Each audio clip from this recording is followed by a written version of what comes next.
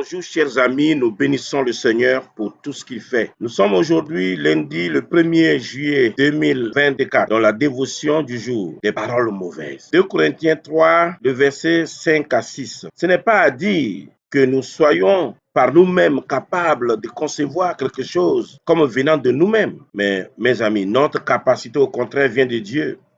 Il nous a aussi rendus capables d'être ministres d'une nouvelle alliance, non de la lettre, mais de l'esprit, car la lettre tue, mais l'esprit vivifie. D'essentiel. Dieu écoute chacune des paroles que nous prononçons. Nos discours, souvent vains et vides, démontrent notre incapacité d'évaluer objectivement. Lisons donc ceci. Nous avons besoin vraiment de comprendre que non pas que nous sommes suffisants à nous-mêmes pour évaluer quelque chose, car cette évaluation a pour origine nous-mêmes. La parole de Dieu ne peut être plus claire sur ce point essentiel. Elle est si simple, mais à la fois si profonde. Aucun être humain n'a la moindre capacité d'analyser quelque chose correctement en dehors de la pensée de Dieu. Combien de nos évaluations quotidiennes viennent directement de notre point de vue naturel, notre point de vue limité. Sur terre, lorsque nos pensées proviennent de Dieu, nous avons peu de paroles à dire. Souvent, nos conversations sont remplies d'opinions